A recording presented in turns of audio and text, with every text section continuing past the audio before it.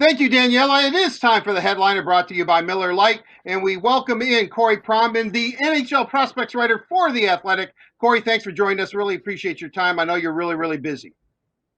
Yeah, sure thing. Thanks for having me. I guess first and foremost, I just want to get your thoughts on what transpired in the draft lottery on Friday night. Obviously, it's not playing real well here in Detroit, but your overall thoughts on it. Well, it'll create some intrigue going into the play-in round right now. I think you're going to kind of see one of the great, dramas related to the draft lottery in any sport now that you have, a really potential good player at the number one pick in Alexis Lafreniere, who will be you'll have a 12.5% chance at getting him if you're the one of the eight teams that lose the play-in round. So in that sense, it creates a ton of intrigue, and I think in the other sense, it creates some discussion following the 2015 season where it was kind of that race to the bottom for Connor McDavid and Jack Eichel. They changed the lottery system to spread out the odds a little bit more. And this, when you give teams that are on the lower end of the standings, odds to win, let me rephrase that. When you give the teams that have, better records some decent odds to win the first overall pick, this could have been the result, and it was. And now you have teams like Ottawa, like Los Angeles, like Detroit, who are not going to get the player they really need to turn their organization around. So I'll be really interested to see how this changes the discussion on what's the right way to hold the draft lottery going forward. Yeah, I would assume that there's going to be discussion, especially if the ninth best team in the league record, if they get eliminated in that play-in round, ends up getting the number one pick overall. It seems kind of odd, but I don't want to get in on it. We want to talk about prospects. Sure. Certainly the Red Wings drafting at number 4. If everything plays out and the top three high-end forwards go, of course, Lafreniere, as you said, Byfield, and Stutzla, then the Red Wings have a real. That's when it really starts to get interesting if it plays out that way. So first of all, I just this is a draft heavy for forwards. That I think we all know that. But I want to ask you, Corey. I ask you to speak into your crystal ball here. But do you think there's Sure. any chance that LA at 2 could go Drysdale, could go defense, and maybe one of those high end forwards could fall to the Red Wings at 4? I believe in the post lottery press conference, they said there were four players they were going to be discussing, that being LA. But practically speaking, they're going to be debating between Quinton Byfield and Tim Stutzel. I mean, they have 3+ months to discuss this, and the unique thing about this draft, should it be held in mid or so October, is if the European League start on time, we'll have some more information on some of those players. If the colleges start on time, we're going to see a guy like Jake Sanderson potentially have 3 or 4 games before the draft happens. We're going to have a World Junior Camp in Michigan in a few weeks, theoretically, where you can get more information. So I would say right now the debate's between Byfield and Stutzel, but things could change. If things could change, then let's go number 4. It plays out with the top 3 are gone. Then it does, as Sure. I said, get interesting. Do you see Red Wings need help all over the board? Obviously, we know that. Right. Do you see them going with Drysdale? Is Drysdale that good? He is that good, and he's a very reasonable consideration at 4. I don't think he's the clear pick at 4. I think he's one of a number of reasonable choices you can pick from. The other reasonable choices that would come to mind would be the two Swedish forwards in Alexander Holtz and Lucas Raymond, the two OHL centers in Cole Perfetti and Marco Rossi, the NTDP defender in Jake Sanderson, and the Russian goalie Yaroslav Askarov. I think if they took Drysdale at 4, you're getting a guy who I think is going to be a top pair defenseman. I don't know if he's going to be a star, but I think he realistically projects as a top pair defenseman who can play in a lot of situations. Um, but like Kenya said, they kind of need everything. So I wouldn't say they need that defenseman. They need a center. They need scorers. They probably need a goalie. They need everything. Certainly. I want to ask you about some of the players you just mentioned. Just a little bit of a brief Sure. synopsis, because you watch him play. Let's start. Let's start with Drysdale. I mean, everything I hear, great first pass, high hockey IQ. Seems to be the complete package. Right-handed shot, which now the Red Wings, if they draft Drysdale, would have an abundance of, but can never have Right. enough of right-handed shooting defensemen. But your thoughts on Drysdale? Yeah, I mean, he is an elite skater and has elite hockey sense, and those two attributes combine to allow him to do a lot of really good things at both ends of the rink. I wouldn't call him a dynamic offensive player, but he creates a lot of offense just due to how quickly he transitions the puck up the ice. Um, I think with Drysdale, when you are looking at him, I think he's going to be a great NHL player, but I would say when you have the 5'11" defenseman who plays that kind of style, there aren't a lot of like direct comparables in the NHL that come to mind initially. So he's an interesting guy to debate. I know some teams who are extremely high on him, and some who wonder if there's just enough offense there to become that really like cornerstone kind of piece for an NHL team. But I could see him becoming that 23 to 20 or so minute eater who plays on both special teams. One guy who has a very much a Red Wing kind of connection in a strange way because he plays for Saginaw, and obviously Jimmy Devellano and Chris Yeah. Osgood are part of that organization. Is Cole Perfetti? He seems Yep. again to be a guy that I mean, he's a high end forward, and they need a high end forward. Yeah, and he's just incredibly skilled, and he's an elite playmaker. And even though I would say his vision is his best attribute, he scored 37 goals in each of the last two seasons in the OHL. Just a really fun offensive player to watch. He did play center for a good chunk of the second half of the season, and I'm not 100% sure he's a center in the National Hockey League, but I think you could talk to some people who think he's got a chance to play the middle. Really competitive kid. The only thing is he's not that big and he's not that fast. Um, you know, but I remember a similar profile on a guy that Steve Eisman picked in the third round many years ago in Braden Point, who when he was in junior, he was this really skilled, really intelligent, small guy who wasn't that fast. Now you got him in the third round, not in the fourth overall. There's, you had to make different considerations. You got to get a lot of attributes when you're picking a number four. But I love Cole Perfetti. I think he's going to be a really good top 6'4" in the National Hockey League who's going to put up a lot of points, even though he may not have every single attribute you want. Another player that is getting a lot of play here is Marco Rossi from Yep. Ottawa in the OHL. Again, I mean, not the biggest guy, but highly skilled. A lot of skill, extremely smart player. I wouldn't say he's an elite skater, but I'd say he's like quicker than a guy like say Perfetti. He's a good, really elusive skater. He's on the smaller side, like around 5'9", but he's super competitive. I mean, Ottawa, played him a ton because he's just such a reliable player that coaches easily can fall in love with due to how often he just wins battles despite his size, how reliable he is at both ends of the rink. I think when you look at this draft where he fits, he's a guy I think that does a lot of things really well. If he's not an elite skater for that size, I'd say if you kind of compare him to Lucas Raymond or Cole Perfetti, he may not have as much skill, but is not far behind, and he put up massive numbers the last his 2 years in the OHL. So there is a lot of offense there. There's a lot that a coach is going to love, and I think he's going to be a really good NHL player. I want to go to a couple of more forwards, because number four is so wide open, and you mentioned it. Yep. Lucas Raymond didn't have the greatest year in the Swedish leagues, but obviously I saw him play last year. I think I saw you there too at the summer showcase a little bit. What can you tell us about Lucas?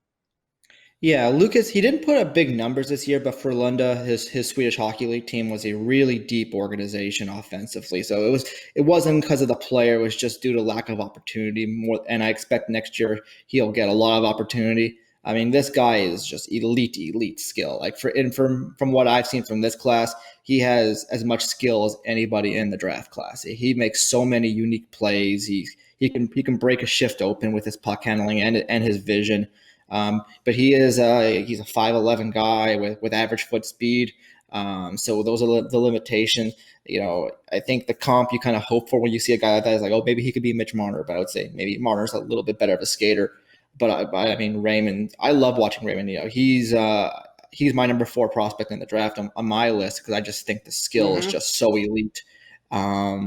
And I think he's a guy when you look at like the potential of anyone of the guys that are going to be there at the 4 spot likely are going to be there. I can't say any guarantees right now. He's the guy that I think, okay, if anybody could be a star outside that top 3, like Raymond is the one that strikes me as that guy. Wow, that's pretty high praise considering the talent in this draft and how deep it is, especially at forward. His fellow countryman Alexander Holtz, who's a pure goal scorer, a pure sniper, he's somebody that intrigues me because Corey, I watch the Red Wings all the time. They definitely need people who can put the puck in the net. Yeah, and he's a great player, because of that elite shot, but he has elite skill as well. I mean, his puck handling is almost as good as his shot. I've been watching this guy for many many years, and I can just there's like a long list of highlight reels that he's been on over his young career, just due to how skilled that player is. And he had a great year in Sweden. He was one of the best 17-year-olds I've ever seen in the SHL in terms of production, and just the fact that he looked like a middle six, top six forward right away at 17. His skating needs to get a little bit better. It's not great, but he's also not that small, and he's very strong and he's competitive. And he's a guy, you talk NHL scouts around the league, they think he's a guy who could make the jump possibly in a year. And I think he's another, like all those other tough forwards. He's a guy I think is going to be a really good NHL player for a long time. All right, I want to go. If Steve's going to most cider us this year and just go out Yeah. of the box, although I don't really think cider was that much of a stretch, but we, Well, no. it's easy to say that now. But with that said, I think that the Red Wings are intrigued very much by Askarov, the Russian goaltender. Would they go number 4, or is that just too high a pick on a goaltender? I think on talent, you can make the argument. I wouldn't say most NHL teams I talk to think he's a top five pick. I think there are some I talk to who think he's in that consideration because he is such a unique goalie. He's elite athleticism, elite hockey sense. He just does amazing things in whatever event or league he goes to outside of that 1 week stretch in the World Juniors this past season. And I've been watching this guy for years, and he's just not only just impressed, he's just usually been dominant whenever I've watched this guy, just because he's just such a unique athlete and an incredibly smart and aggressive goalie and competitive goalie as well. I think the question on Askarov is not going to be whether you think the talent is worth it, because I think you can really easily argue that he's a top 10, if not maybe even slightly higher player on talent. It's that's going to he plays with the SKA organization, the richest organization in the KHL, and you're going to have to find a way to get him away from that organization, which I think he will. When I've talked to Askarov, he's expressed interest in the NHL and being an NHL goalie.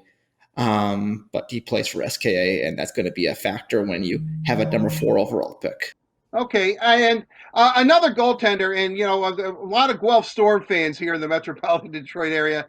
Nico Doss, a goaltender. If Askarov's gone, and he probably will be, with the Red Wings in that second round. I mean, they have 6 picks in the top 65. Do they take one of Yeah. those picks after 4? Get a goalie? Is Nico Doss that guy?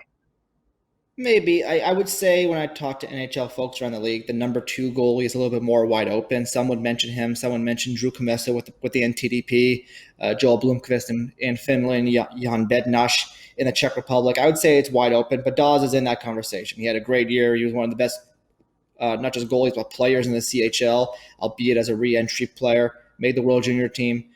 He's big. He's smart, steady. I like him. I wouldn't say I'm over the moon about him, but he's a good player, and he's in that mix to be the number 2 goalie. All right, Corey. As I know we're running out of time with you, and I really appreciate your time. I could sit here and talk to you all day, but the Red Wings from 32 to 65, they have 3 second-round picks, 2 third-round picks. As I said, Steve Yzerman is known to get those kind of really impact players in those rounds. Can you give us a few names that we should look out for? And I know I'm asking you to go from 32 to 65. That's a wide range, but some guys that we should look forward to. Yeah, a couple come to mind, particularly at that first pick in the second round where you're probably hoping to get the most impact out of. I really like Jeremy Poirier. He's a defenseman in St. John, the QMJHL. He's a really dynamic player, just a ton of skill, big time shot, can skate well. He's not that small, but he's a defenseman who's quite problematic in his own end. So that's why I think he could be there in the second round. But in terms of the offensive toolkit, it's upper half of the first round quality. And when you pick that kind of guy in the second round, you can kind of hope that you can work with some of the components there. I think of players like Thomas Chabot or Shea Theodore who had similar profiles, and sometimes those guys bust and sometimes they become really good players. So that's why I'm excited about him. I see a lot of talent there. Another one is Sam Colangelo, who plays in Chicago in the USHL. Was one of the leading goal scorers and point scorers in that league. He's a forward with size and high end skill and hockey sense who can shoot the puck. It's a really exciting, I think, toolkit package, even if he's an average skater. Um, and I guess one more that I would name would be Ozzy Weisblatt. He plays in Prince Albert in the WHL. I thought he was really good the last 2 years I've watched him. His skill, his hockey sense, and his competitiveness always stand out to me. This is a guy who he's worked hard. Almost every time I've watched him, just to he stands out with his work ethic, and he has a really unique backstory as well. Someone who's overcome adversity. So those are some guys that come to mind right off the top of my head. All right, to kind of wrap this up, when we do look at this draft, from everyone I read, that it is one of the deepest drafts, and it's really deep and forward. Would that be your characterization of how the 2020 draft is? Is that it's really high end forwards? Yeah, I would say. Yeah, I would say in general at the top of the draft, you're getting a lot of guys with a lot of elite skill at forward. I might push back on the characterization that this one, it's an extraordinary draft. I tend to find most drafts tend to range around the same talent level, barring overwhelming evidence.